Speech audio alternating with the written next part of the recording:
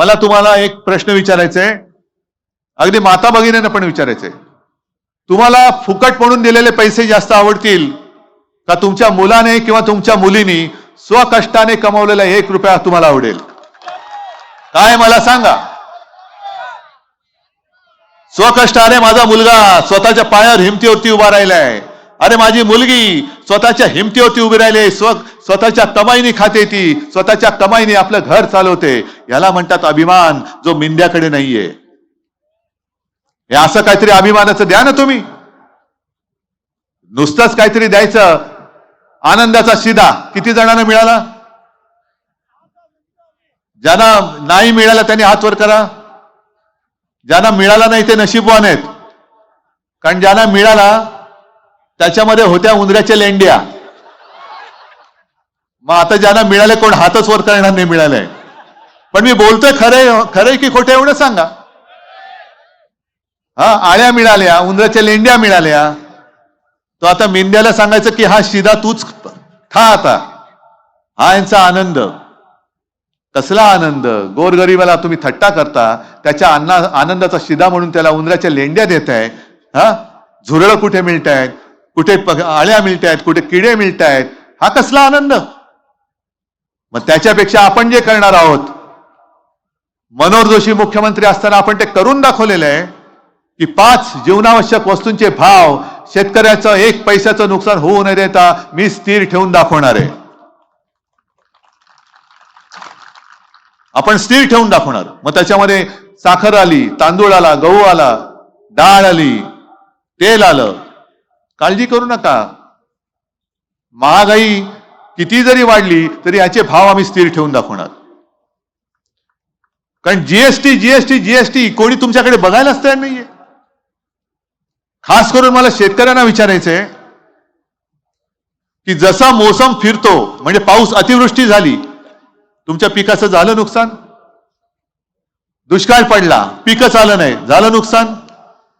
कधी कधी तुम्हाला शेतमालाला भावच मिळत नाही, झालं नुकसान. हमी भाव मिळत नाही. म्हणजे शेतकऱ्यांनी किती मेहनत केली तरी त्याला हमी भाव मिळत नाही. पण जीएसटी म्हणून त्या उत्पादकांना हमी भाव कसा काय मिळतो? म्हणजे सकाळी उठल्यानंतर टूथब्रश घेतला, लागली जीएसटी. त्याच्यावर पेस्ट पिळली, लागली जीएसटी. चहा घेतला, जीएसटी. ब्रेकफास्ट करतोय, जीएसटी. हॉटेलमध्ये गेलो, डोसा खातोय, वडा खातोय, जीएसटी लागली. कपडे घातले, चप्पल घातली, टोपी घातली, जीएसटी. पिळताना तुम्ही कुठेही कसूर ठेवत नाही. पिळायचं तेव्हा बरोबर पिळून काढता. आणि देताना मात्र, म्हणजे मला लोकसभेच्या वेळेला एका शेतकऱ्यांनी सांगितलेलं की दादा कसं आहे बघा, त्याचं शेत किती होतं, पीक कोणतं घेत होतं, मी नाही विचारलं त्याला. पण त्यांनी मला सांगितलं की साधारणतः 1 लाखाचं खत हे मला दर वर्षाला लागतं. मी त्याला विचारत होतो, प्रधानमंत्री सन्मान योजना किती मिळतात तुम्हाला वर्षाला? 12,000 काहीतरी ना?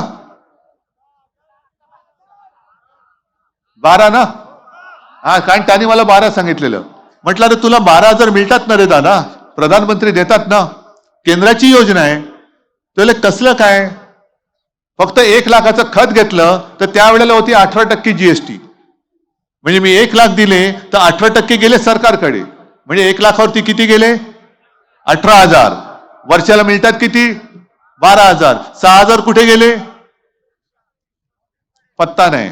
म्हणजे खतावरती जीएसटी, कीटकनाशकावरती जीएसटी, वीज पंपावरती जीएसटी, प्लॅस्टिकवरती जीएसटी, त्यांचे काय स्पेअर पार्ट आणले त्याच्यावरती जीएसटी.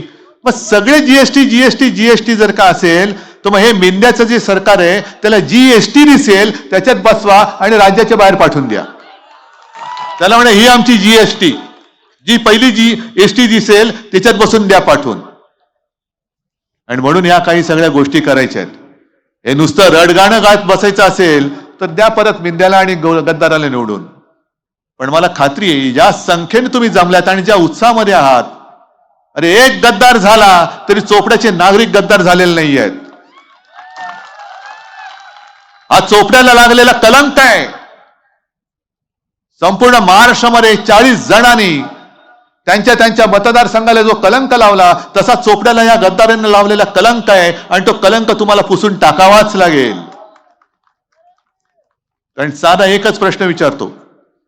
छत्रपती शिवाजी महाराज आता होऊन किती वर्ष झाली? 400 वर्ष झाली. मग मला फक्त सांगायचं की मी नावं घेतल्यानंतर तुम्ही त्यांना काय म्हणता? सूर्याजी पिसाळ काय म्हणतो? खंडोजी खोपडे गद्दार म्हणतो ना. मग 400 वर्ष झाल्यानंतरही त्यांच्या कपाळावरचा गद्दारीचा डाग अजून पुसला जात नसेल तर ह्या काल परवा केलेल्या गद्दारीचा डाग हा कधी पुसला जाणार आहे? म्हणून त्यांचा डाग त्यांच्याकडे राहू द्या. चोपड्यावरचा डाग हा तुम्ही पुसून टाकायचा आहे.